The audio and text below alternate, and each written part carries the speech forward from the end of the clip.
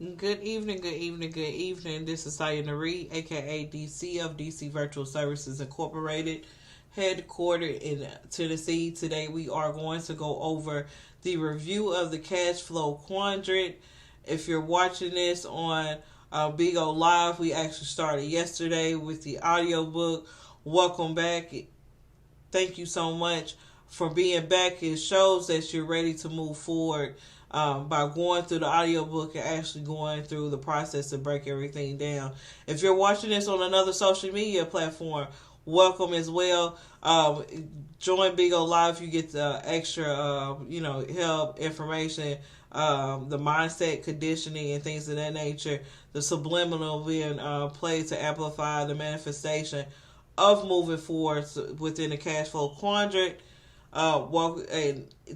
Welcome to y'all, but just feel free to join Bigo Live as the High Priestess 777. Not Hustling High Priestess 777, but High Priestess 777. You will get more, a little more than what you're getting today. But everything is all good. Welcome again. Today we're going to review the cash flow quadrant. Like I was saying yesterday, I have been on each side of the quadrant.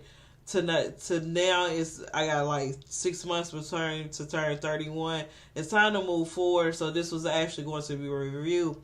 So when Bigo Live actually was going to do the Mania 2022, I felt like this would be a perfect thing to go over.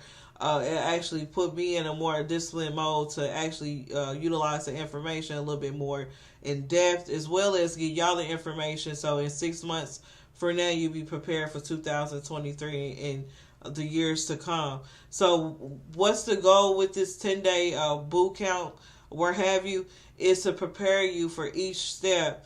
From step E, we are going to have information on how to get jobs 100K or more a year, and how to actually find those jobs. As far as the S, self-employed, to give you information on how to be a better person than being self-employed.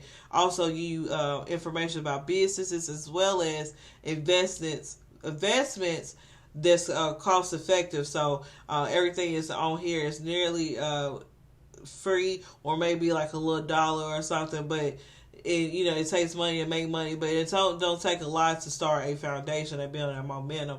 So this week is actually what I'm going to be showing you. If you have any questions, concerns after this, and things of that nature, feel free to contact me, and we can move forward with something else than this. But this will be a great foundation, especially if you're on my different channels and platforms. This is actually going to be a foundation of what we're going to build on later on and things of that nature. So again, welcome to the Cash Flow Quadrant, explained by DC Virtual Services Incorporated, through the vessel Robert Kiyosaki. Let's get it.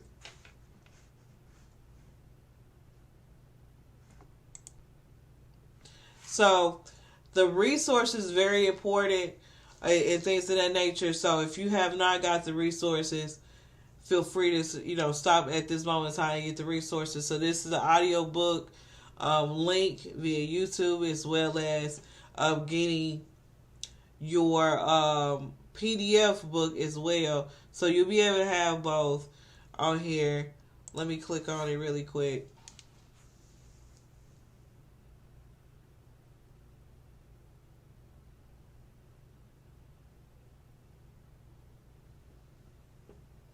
So that's the PDF. No additional charge, just in case you want to read and have a digital copy.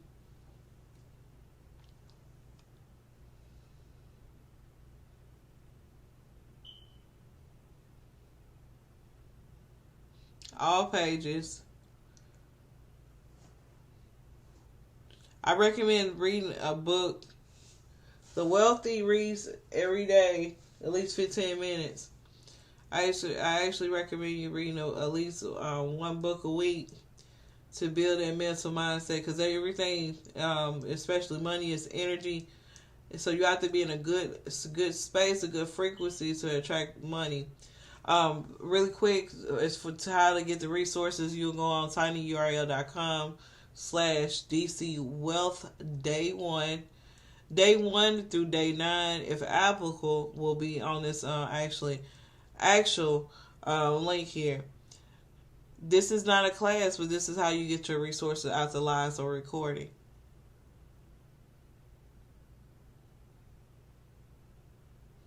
So right there, that's day 1. You'll see day 2, so on and so forth. Well, that's how you get everything. So you'll actually use a Google account and a class code P70RYBL. So P is in Paul, 7, O is in October, R is in Romeo, Y is in Yankee, B is in Bravo, L is in Lima. So that's the class code. Again, these resources are free at no additional cost. My sweat equity, and then my light work. So that's that.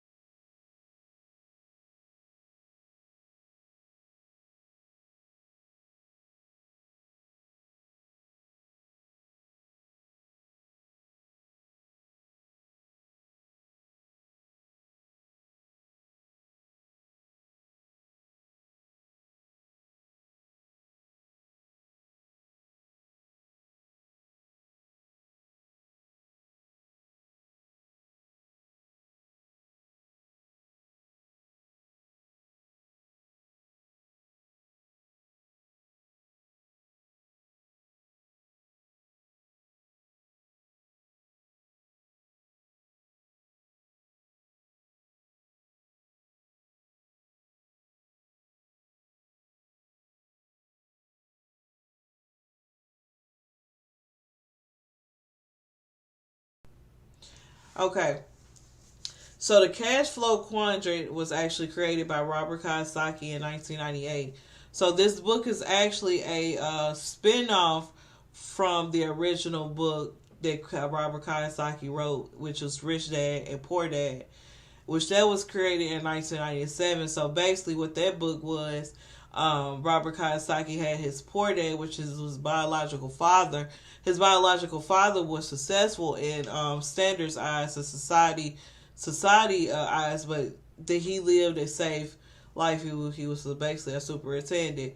Robert Kiyosaki, Rich Dad, which is basically his mentor, was basically a college dropout, but he was more successful than Robert Kiyosaki, Poor Dad, or his biological dad.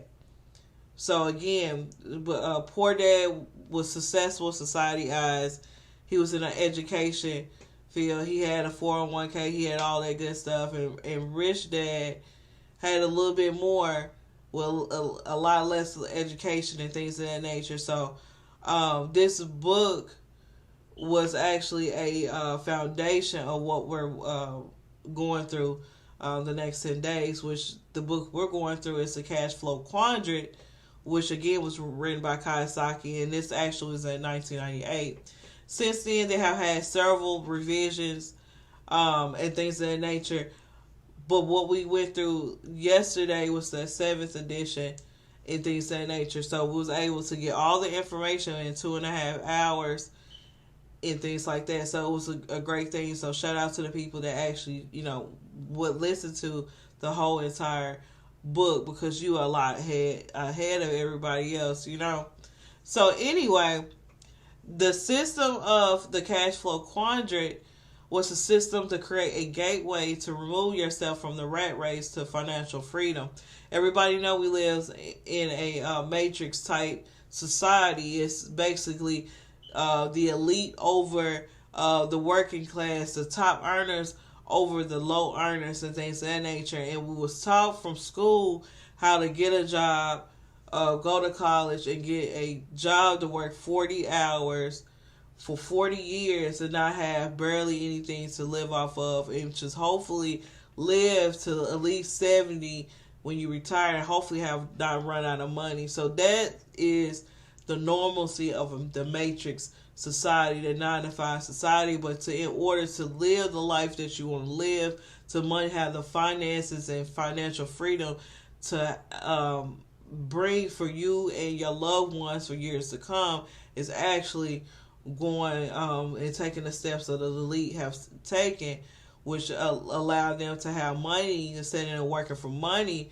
working for them or working through a system. So that's what we learned to this week. So a cash flow quadrant is split vertically into two halves. The quadrants E and S is paired together, and B and I is also paired together. So we was learning yesterday that you always want to be on the right side than the left side of the quadrant and things like that. The left side represents the low earners, and the top earners is represented on the right side. So again, you should have these resources, but comment or inbox me for the PDF of the book, and I'll send you the link to get the book. You wanted to go over this information again. This information will be on other social media platforms, so you can review this information. The live is going to be a little bit different. It's going to be a little more in depth as far as having the mental conditioning and things of that nature, as far as preparing your mindset for this. You can't be in the same disposition, or I have the same attitude as those that's in poverty and you want to be rich. Everything has to be changed from the top of your head to the sole of your feet. You cannot want wealth, but you still living in a lack mindset. Whether you see it or not, you have to walk in it and be in it in order to attract it. So this cash flow quadrant is actually a foundation of what we're going to learn on this channel, on this live or whatever the future lives that is to come. This is a foundation, because with this foundation and taking the tools and things of that nature in this, and also using things that's going to manifest and help you spiritually, you could really change your life and change other people's lives as well. So again, the PDF, you could definitely contact me for the PDF, but you should have your resources. You should do your due diligence. So let's move forward. So the cash flow quadrant is 4 ways to produce income. The left side is the linear income. So what I mean about linear income, that's the income that you have to have. How can I put it? That's the income that you have to work for. Whereas the right side has the leverage and residual income. A leverage income is basically having a system, and you work in that system, you own that system, and residual income is actually getting income from the things that you've done in the past. So you got the employee, which as the employee you have a job and things of that nature. So somebody employ you, the government employ you, another somebody self-employed, excuse me, I'm not editing this out. I'm recording this at the time of recording it.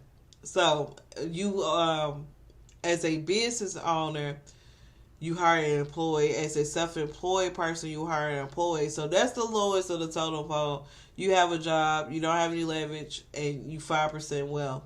The employees is going to be the least paid people on this whole board here. So the next is self-employed. You actually own a job. And that's 95% of the population. 95% of the population is either contractors or they professionals, doctors, lawyers. One of the more important lessons my rich dad taught me, he said there was 4 types of people in the world of business or money, whatever he said. And this here are the 4 different types of people, and he called this the cash flow quadrant. So E stands for employee, S stands for self-employed, small business or specialist like a doctor or a lawyer. B stands for big business, 500 employees or more, and I stands for investor. Now the distinction here is this, is that each of these are 4 different types of people. They have 4 different tax laws for all 4 different types of people, and this is throughout the world. But it was my poor dad who always said to me, you know, son, go to school so you can get a job. So my poor dad wanted me to be an employee like him. And there's nothing wrong with that and all this, except the tax laws are the worst for employees. As Warren Buffett says, you know, he, as a business owner and investor, he pays a lower percentage rate than the employees. And many employees are having a tough time today. Not only is there high gas prices, but there's going to be higher taxes. My mother wanted me to become a doctor or a specialist or a small business person, and I said to my mom, S stands for smart, because it's got a good point there, because I didn't do well in school, so I wasn't going to make it there. It was my rich dad who advised me to become an entrepreneur or a big business owner like Bill Gates or Steve Jobs, Michael Dell, all those guys who created Facebook and Yahoo and all this, or Google. And he wanted me to become an investor. So he started me playing the game of Monopoly, you know, 4 greenhouses, 1 red hotel. So I learned to be an investor, and I learned to be an entrepreneur. So the good news is, if you want to get rich, you can get rich in all 4 quadrants, okay? That's up to you. And so it was my rich dad who said to me, he says, you know, Robert, if you really want to be rich, learn to build businesses. It made more sense to him to work hard to build a business, something you owned, and something you could pass on for generation to generation to your kids. Whereas my poor dad said, work hard, but my rich dad said, why would you work hard for something you'll never own and you can get fired from right away? Again, that was the difference in values. So my rich dad suggested I learn how to be a business owner and learn how to be an investor. And that's one of the big differences. On this side of the quadrant, these people here work for security. They work for money also. On this side over here, their key value that they want is they want freedom. They don't want to have to work at a job anymore. They don't want to have to work for the rest of their lives. So the beauty of building a business and learning how to invest is very simply that this is passive income. You work hard for a few years, but possibly for the rest of your life, income keeps flowing to you. Again, the reason somebody thinks a house is an asset is because they lack financial intelligence or low financial IQ. They may have gone to Harvard or in whatever, but if you can't tell an asset from a hole in the ground, I don't know what the heck you can tell the difference of, you know? So it's really quite simply the most important word for those of you in business or finance. No, the most important word is not income, expense, asset, liability. The most important word in the English language for the rich is a word called cash flow. You've got to know where the cash is flowing. So what a rich person is doing is controlling cash flow. So if money comes from an asset into your pocket, it's an asset. So very simply, when I was 9 years old, my rich dad said, assets put money in your pocket whether you work or not.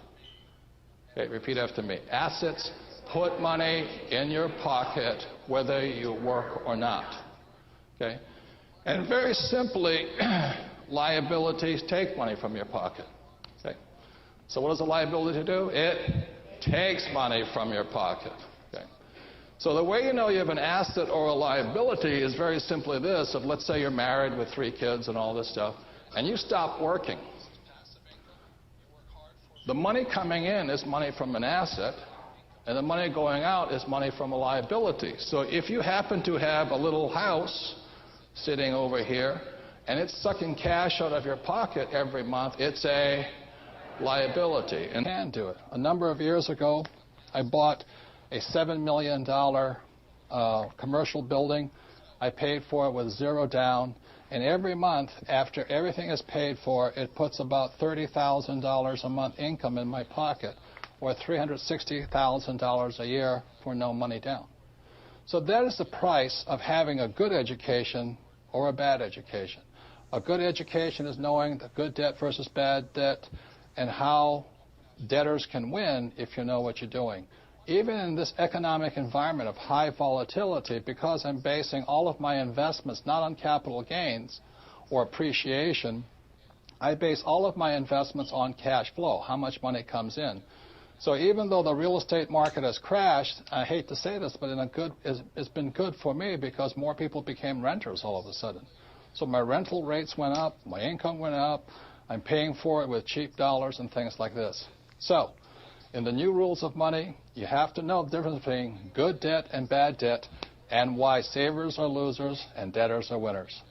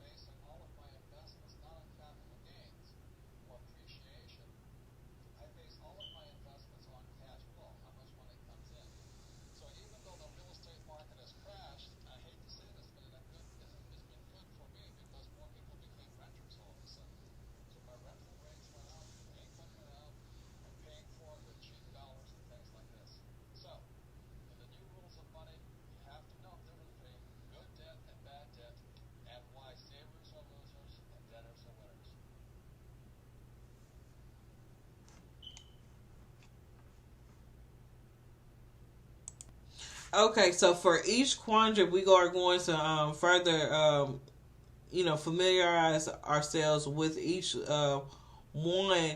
So when we get a business proposition, a deal, anything in that nature, we'll know what quadrant that it belongs to and whether or not it's worth our time and our energy at the point in our lives where we at, right?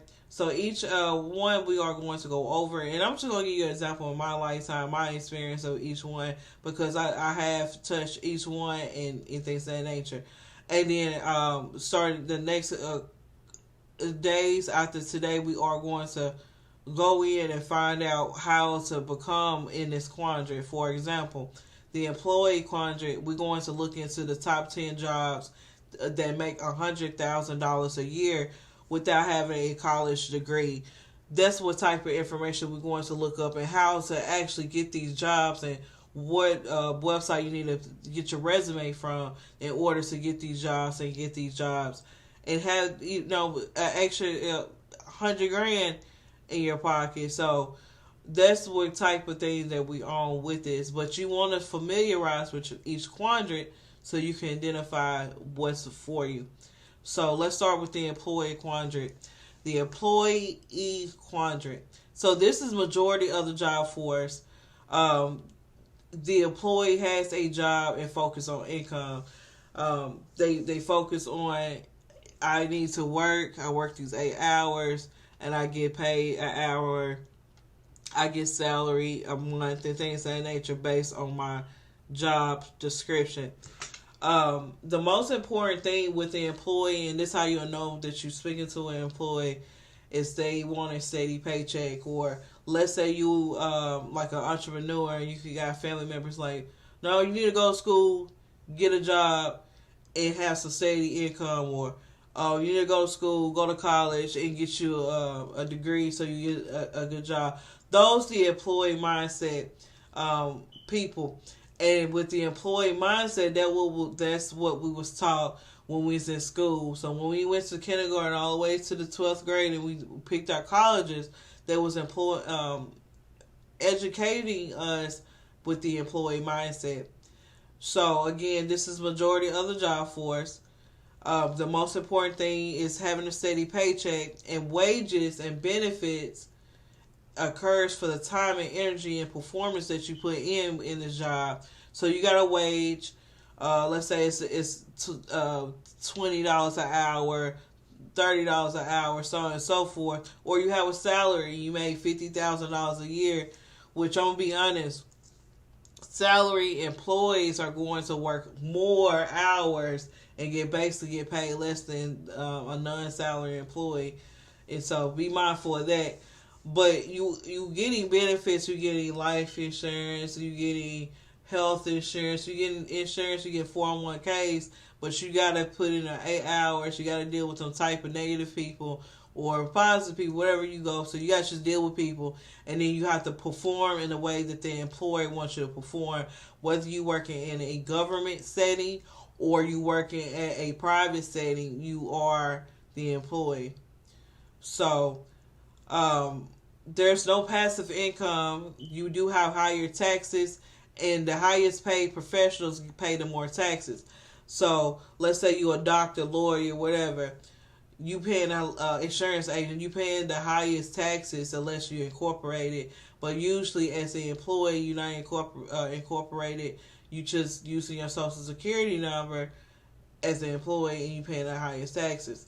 Example of different type of employees is a janitor or a CEO. So a janitor may be an hourly wage, where a CEO is salary with the higher income, is still in the same tax bracket. That's what you say, well, I'm changing tax brackets. They're talking about they changing quadrants.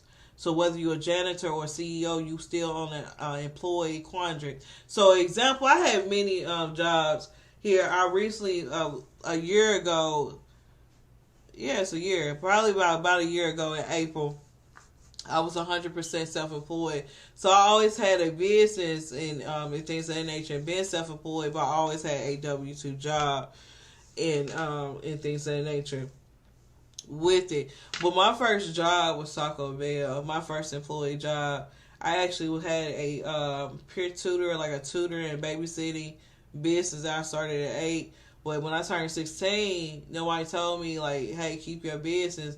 I started working at Taco Bell. So my first business was, my first job was Taco Bell. My last W-2 job was at a large company. You might be using their devices now. And that's all I'm going to say. So I say my employee experience going from a fast food restaurant as a cashier all the way being a supervisor and a high device pay that everybody uses device. So it's a wonderful thing. It's a beautiful thing. But I paid the highest taxes. All right, I didn't have no passive income. I was just working, had to deal with the negative energy there, and I had to perform. And I really had to perform as a supervisor with angry customers, you know. So that's the employee quadrant. So the next quadrant that we're going to go through is, all right, so the next quadrant here that we got is the self-employed and small business quadrant, known as the S quadrant. So self-employed and small business, it's a beautiful thing on the left quadrant. It's you moved on up, then you own something, and then you have something to call your own. And you have a little more freedom than being an employee, but it's still on that same side. So self-employed is a one-man show, one-woman show. It's just you. You are your services, your products, your virtual assistant, you everything. You're doing paperwork, you're doing all of this, right?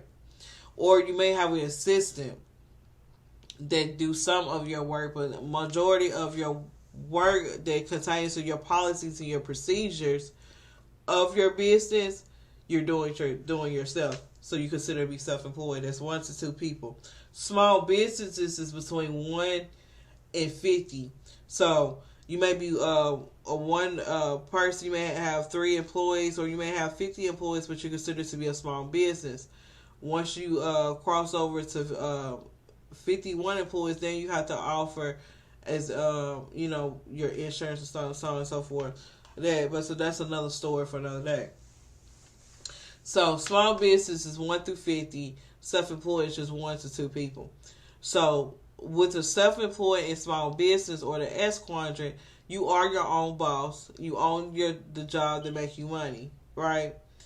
But you are working more and you pay more. So you have the work more, pay more mentality. So, for example, the more I work, so the more I go, and this is my first self-employed job, my first, excuse me, I'm recording this, I'm getting this recorded, right? And you can see the tenaciousness in me by me yawning and still going through this thing. Okay, so me work more, pay more. So my example, I go sell life insurance. I've been selling life insurance since 2013. I made my first $1 selling insurance and then doing network marketing. But my first $1 came from selling insurance. So the more, and now it's 2012, and now I'm actually building an agency. But I had to work more, right, in order to get paid more. So the more I'm not going to do is more I talk to people, more presentations I do, more money I make, and then it's beginning to start building into the business part. It's building residual income, and then I can hire other people. But as of right now, it's work more, pay more. Or for my virtual assistant portion of my business, work more, pay more. I do have some virtual assistants, but I like to do my corporate paperwork myself, so I'm still doing paperwork, and I'm hiring people and things of that nature to do other people's work, but I'm checking their work too, right?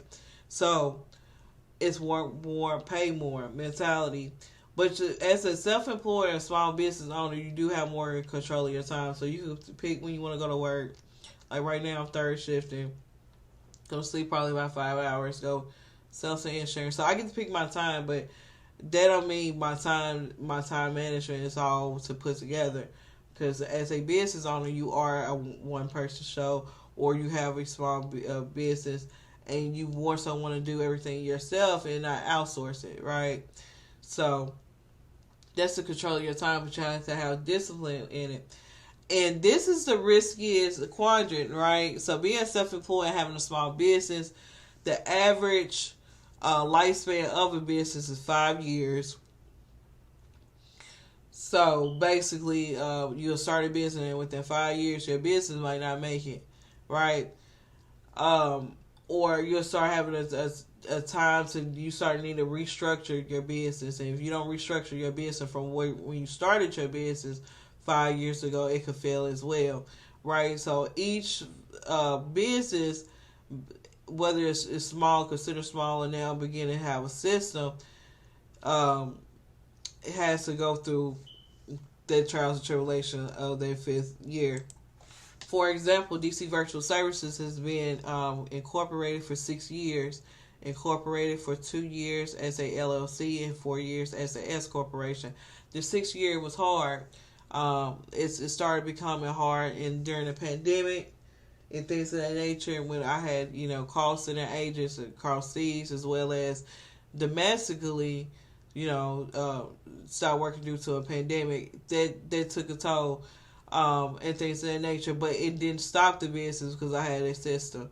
I had other line of businesses on there, so we was able to build since the pandemic a little bit bigger than what we already had. But it's just that's one reason, or adding an extra line of business on the corporation and making a system. So all of that causes it to be a risky quadrant, whether you building a platform, an economic digital platform as well, or you a doctor and things of that nature. You going to school for 12 years and things of that nature, and you starting your business, and then you're a doctor, you got student loans. So each person has their own vices as self-employed or small business, but whoever make it, man, we make it. So not just a rebel, but self-employed small businesses, they don't have passive income. So if you don't work, there's no income, right? So that's the difference between having a small business and self-employed, because it's not a system, right? You don't get residual income. So you have to create a system. So for example, my call center business, as far as doing my paperwork and stuff like that, I do my own paperwork because I trust myself with my paperwork. So now I got control more of my time, but I still gotta go out there and work and create the income and have the people that's around me to create the income as well, because it's not any passive income. So what DC Virtual didn't have done, it's an S corporation. So what we just did, we just basically 4 years ago created a system, right? And I'm giving you just the information. I'm not giving you direct timelines, all right? So you may sound like I'm risky, like, no, I say risky. It may sound like I'm rambling, like, oh, she ain't telling us the time when she's doing this. I'm gonna tell you a lot without telling you anything. So especially being on like apps that you live and you don't know, I don't know you and you don't know me. I'm gonna give you information. You barely gonna get the information, and the information that you look up is the information you could look up. But with that being said, self-employed, from employees to self-employed, I experienced that. But with having a business and having a system, it's definitely a game changer. With the big business and B quadrant,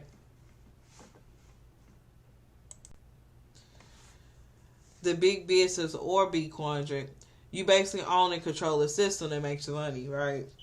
So as a LLC, or using your social security number as a sole proprietor, you basically own a job, but you don't have a system. You start getting system when you start putting money, investments in. Which you do invest in self-employment, you invest in like marketing, invest in like the skill set and things of that nature. But it's risky. But when you start with a business, it's a little more time and equity in it, as well as time and money. But now you begin to own a system and control the system, and it actually make you finances.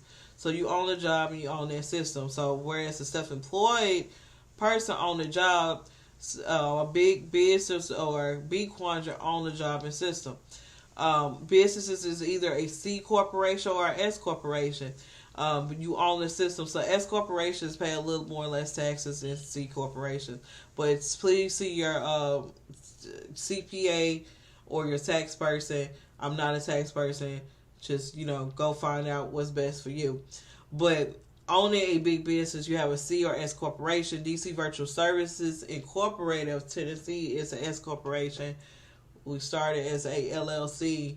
So we moved from the S quadrant to the B quadrant.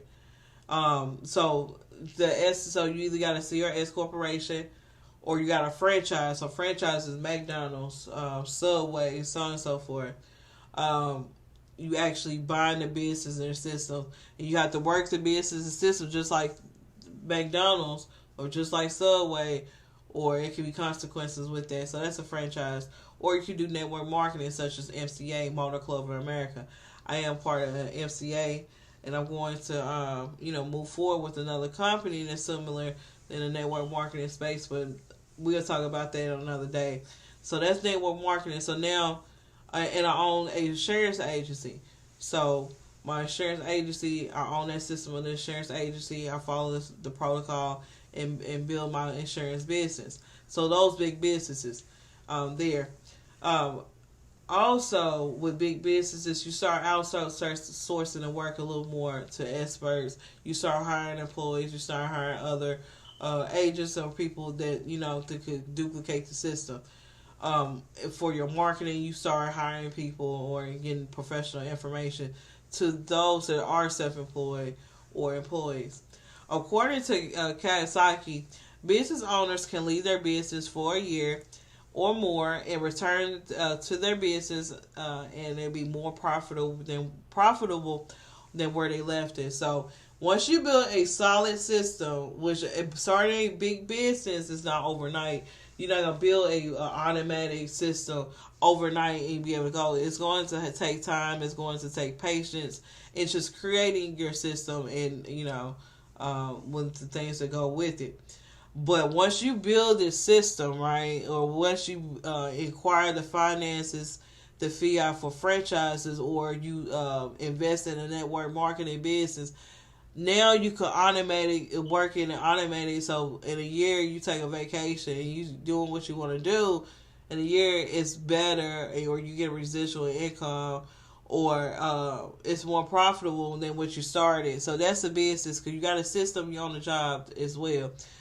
Big businesses pay less taxes than the employed and self-employed people. So big businesses, as a S corporation, as a C corporation, we do pay the less taxes, because now we have a system and things of that nature, and we add businesses under that corporation and things of that nature, so you do pay less taxes.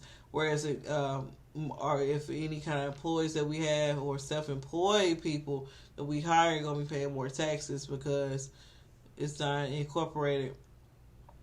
Big businesses have more freedom because they have more finances and they have more time and things of that nature. So you own the system, you can't leave for a year, but it's not to the point that you can't, leave and you forget about it. It's not investments, but you got a system, and that's what causes it to have more freedom. Back to the investors really quick. That was the review of the cash flow quadrant. But I'm going to touch on this investor really quick, because I was a little vague on here. So the investor portion I have touched as well through Robinhood as far as stocks.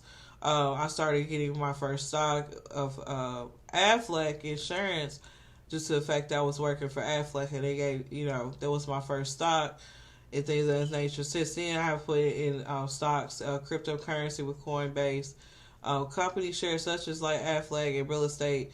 My first piece of real estate was actually a REIT by paying $500 and owning up some property and some real estate. Again, so it doesn't take a lot, but it takes a lot to start, right? So it don't take a lot to actually start, but it takes a lot to start. So what I mean by that, it don't take a lot of money, but it's taking the energy to actually doing the things that you need to do with having fear.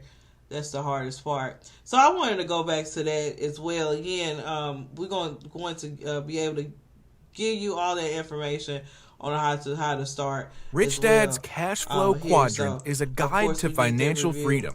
It was written to give you a glimpse into the different cash flow quadrants and into the personal development required to be financially successful in each of them. Robert Kiyosaki offers an overview of the 4 quadrants and then a focus on the B and I side. The book is about finding a home in a quadrant or quadrants.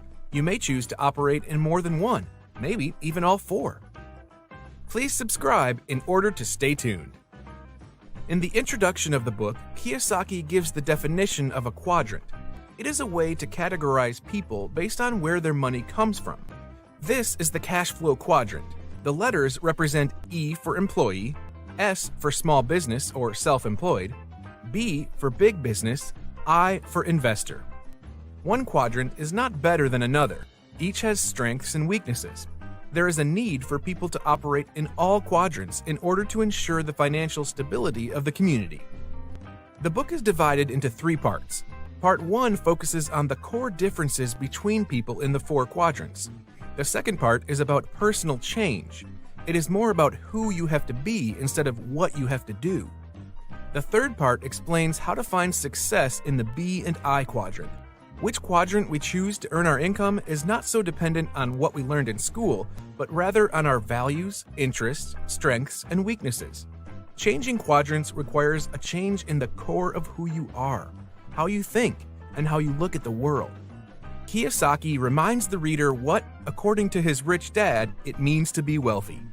Having lots of time to raise his kids, having money to donate to charities and projects he supported, bringing jobs and financial stability to the community, having time and money to take care of his health, being able to travel the world with his family.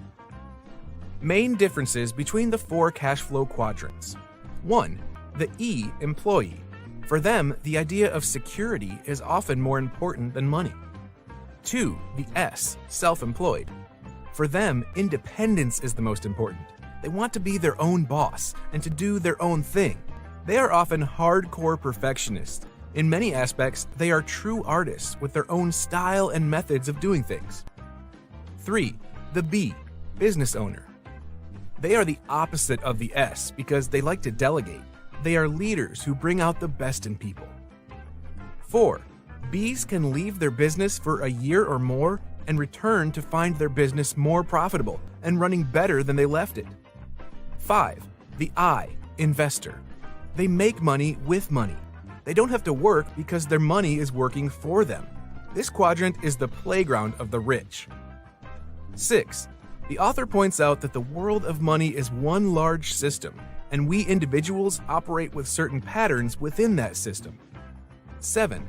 An E works for the system. 8. An S is the system. 9.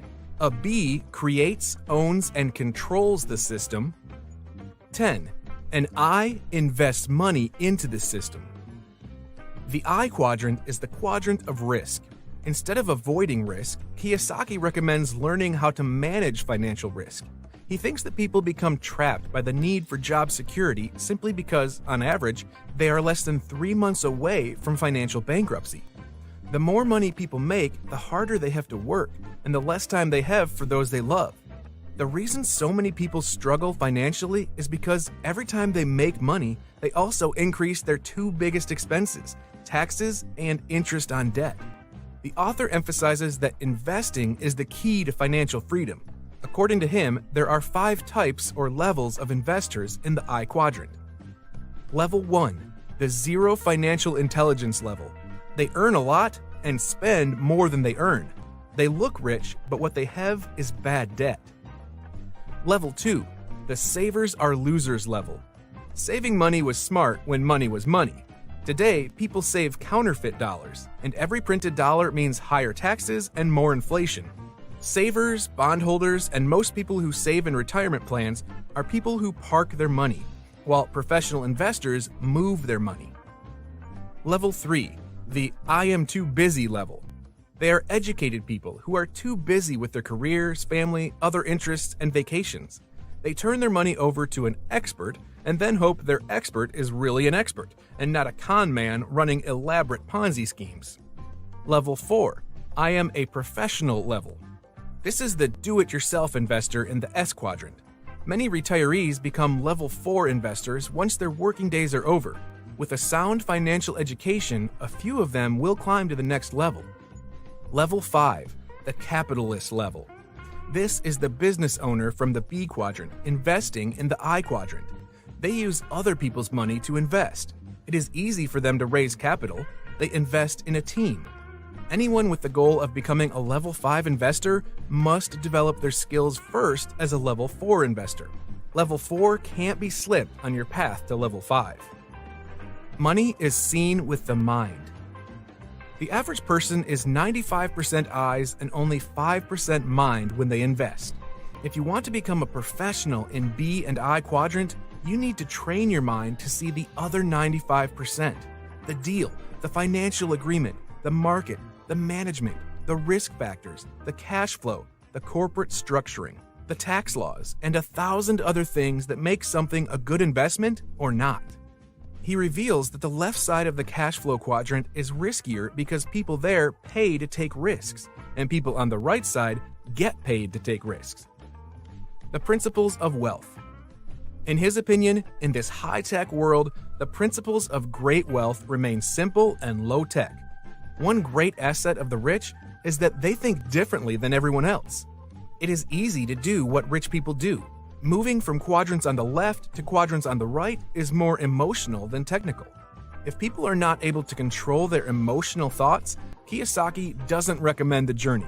For the people on the right side, life is a game of Monopoly. Winning and losing is just part of the game, a part of life. To be successful on the right side is to be a person who loves the game. How to become a successful B&I.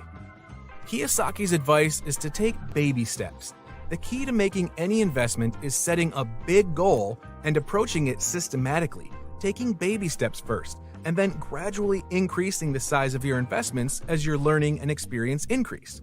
He points out 7 steps to find your financial fast track. Step 1. It is time to mind your own business. Fill out your personal financial statement. Set financial goals, where you want to be in 5 years and where you want to be in 1 year. Step 2. Take control of your cash flow. Pay yourself first and reduce your personal consumer debt. Step 3. Know the difference between risk and risky. Business and investing are not risky, but being undereducated is. His recommendation is commit 5 hours of your time each week to read and listen to financial news, play cash flow game, attend seminars on investing, etc. Step 4. Decide what kind of investor you want to be. Defining 3 types of investors, he admires those who look for problems, solve them, and expect to make returns of 25% to infinity on their money. He himself operates as all 3 types of investors. Step 5. Seek mentors. Mentors tell us what is important. It is best to find someone who has been where you want to go. In his opinion, who you spend your time with is your future. You can find a mentor at work, in investment clubs, network marketing groups, and other business associations. Step 6. Make disappointment your strength. When you are emotionally prepared to be disappointed, you can be calm and dignified when things do not go your way. When you are calm, you think better. Step 7. The power of faith. Prepare daily to be bigger than your smallness. Face your fears and doubts, and new worlds will open up to you. At the end, the author reveals the big secret. It takes neither money to be financially free, nor a good financial education. It also doesn't have to be risky. Instead, freedom's price is measured in dreams, desire, and the ability to overcome the disappointments that occur along the way. If you enjoyed this video, you are sure to like the summaries we have on Robert Kiyosaki's books. We've covered them all. Thank you for watching.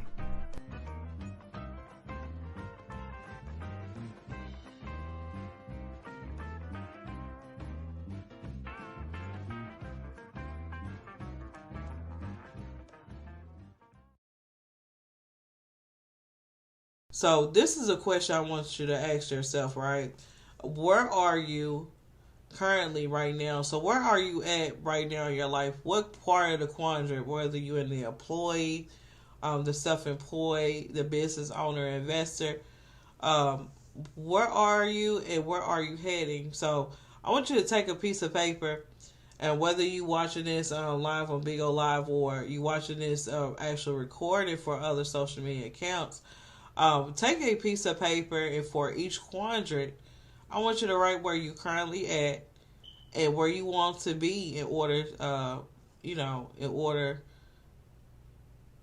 can I put it? I'm getting a little tired, a little fatigued. I said, so for each quadrant, you're going to write where you are currently at and then what you want in the other quadrants in the future. So let's say you're an employee right now, right? And you want to be self-employed. What do you want to be? What do you want to do in your self-employment?